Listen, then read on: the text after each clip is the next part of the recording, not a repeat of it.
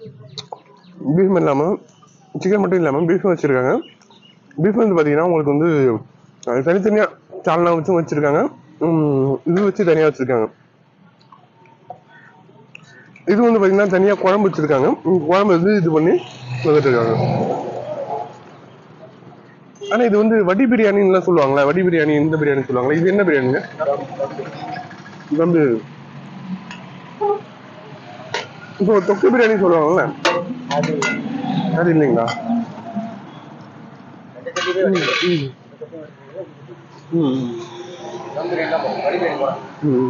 பிரியாணி ஃபுல்லா செஞ்சுப்பீங்க, செஞ்சுட்டு அதுக்கப்புறம் வந்து சிக்கன் ஆட் பண்ணுவீங்களா?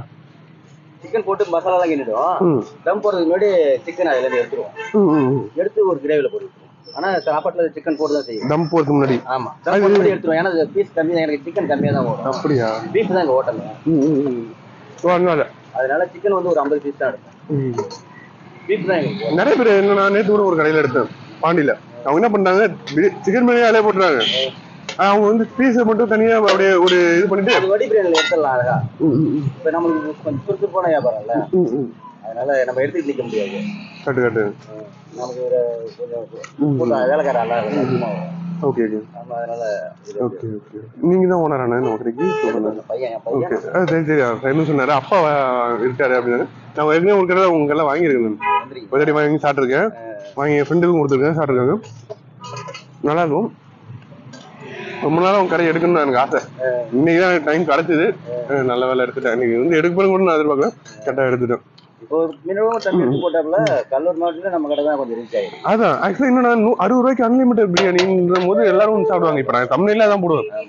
60 ரூபாய்க்கு அன்லிமிட்டட் பிரியாணி போடுவேன், எல்லாரும் வந்து சாப்பிடுவாங்க பாருங்க. நமக்கு சம்பளம் ஒரு இடத்துல போய் வேலை செய்யற அளவுக்கு நமக்கு சம்பளம் கிடைக்குது. அப்புறம் அது போதாதா? கண்டிப்பா. நீங்க இது இதே மாதிரி பண்றீங்க, ஒரு 2 வருஷம் 3 வருஷத்துல நீங்க ஒரு பெரிய கடை வச்சிருக்கீங்க பாருங்க. அப்படிங்களா?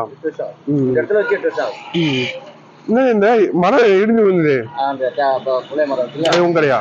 அங்க இருந்து இங்க மாட்டோம். இங்க வேப்ப மரம் இருந்துச்சு, அந்த வேப்ப மரம். அப்ப வசந்த் டீ கடைன்னு மேல அங்க ஒண்ணு இருந்தது இல்ல, வசந்த் டீ கடை ஒண்ணு. அந்த கடையில எடுத்திருந்தேன் அப்போ. இப்ப அந்த கடை போய் ஒரு பேர் பிரியாணி கடை வந்து ஆளே காணும். ஸோ அண்ணன்ட்ட பேசணும் பாருங்க. ஸோ உங்களுக்கு வந்து பார்த்தீங்கன்னா கண்டிப்பாக வந்து நல்லா கடை ட்ரை பண்ணணும்னு இருப்பீங்க, ரேட்டு கம்மியாக நல்லா டாப் குவாலிட்டியாக வந்து ஒரு பிரியாணி டேஸ்ட் பண்ணி இருப்பீங்க, கண்டிப்பாக நம்ம கடையில் வாங்க. ஸோ ஒன் டைம் நம்ம கடைக்கு வந்து பாருங்க, உங்களுக்கு பிடிக்கும். நம்ம சேனலை லைக் பண்ணுங்க, ஷேர் பண்ணுங்க, சப்ஸ்கிரைப் பண்ணுங்க. தேங்க்ஸ். அடுத்து ஒரு இன்ட்ரெஸ்டிங்கான வீடியோவில் பார்க்கலாம். Thank you, bye by.